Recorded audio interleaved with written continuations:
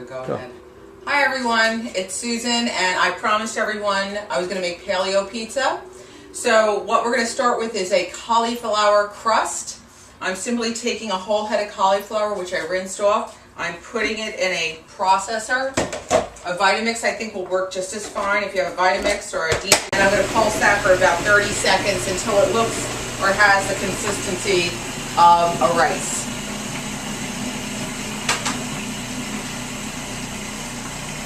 And you want to make sure you break up all the larger parts. And take a look at that. That's pretty well rice. You don't want to make it too mushy. And we're going to place that all into the bowl. Cheese, so I'll be right back with that. I'm going to spray 2 cookie sheets and parchment paper with a little no-stick spray. Okay, so here we have our cauliflower that I've riced, and I put it in like a little bit of a squeegee type cloth. It's very clean. I put some paper towel on the inside, and you just want to squeeze out all the excess water. I've already put one squeeze through. Here's another squeeze. You just want to get all that excess water out. Give it a couple of good squeezes. We're going to get it as dry as possible before we add in our seasonings. Alright, so now we're back. Now we have our cauliflower crust on our right, and over here we have our almond meal crust. Now that was a lot easier. That's simply 2 cups of almond flour, 2 eggs that are whipped up, a little grated organic cheese, a little mozzarella cheese, and your basil, salt, garlic powder. The recipe will be online, but I wanted to do a difference between each. And here it's basically almost the same ingredients. 2 eggs, Parmesan cheese, a little organic mozzarella cheese, and your Italian seasoning, basil, oregano, a little salt.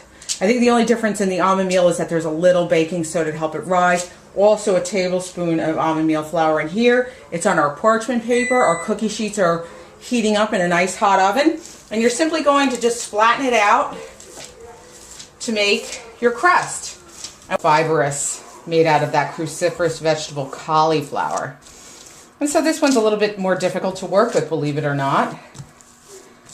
But there we go.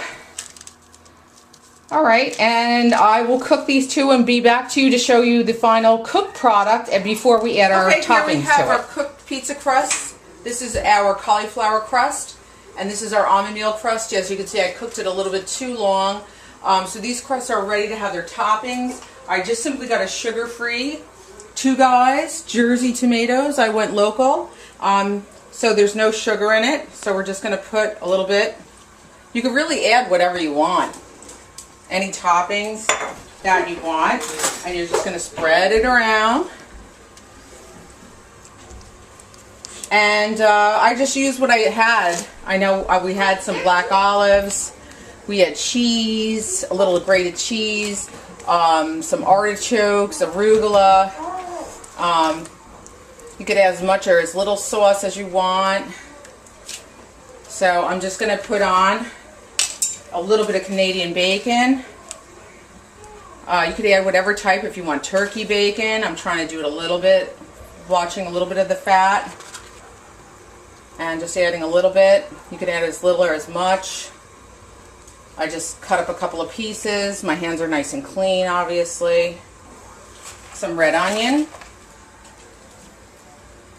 A little bit of red onion. You don't want to overpower it too much. A few slices. And a little black olive. Maybe I'll just keep the black olive on the cauliflower. I'm not too sure my kids like black olive that much. Now I hear a big no in the background. Some mushrooms.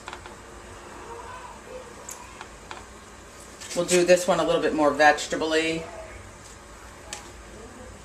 Maybe just a few mushrooms on here. I'll do half. And these were already pre-sliced. And then some artichoke. I like artichoke. I squeezed some of the water out of this. Just mixing that around. As you can see, I'm not much of a cook. But this was really easy. The almond meal was especially easy.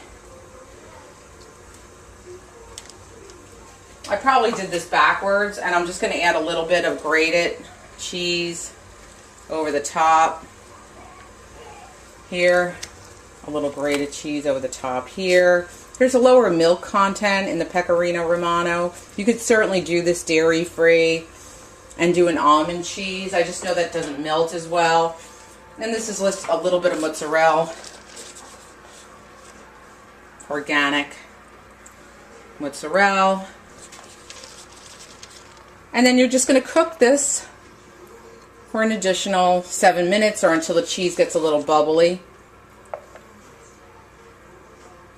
Again, add as much or as little as you want. You could put basil on that, tomato. Excellent. Alright, and back in the oven it goes.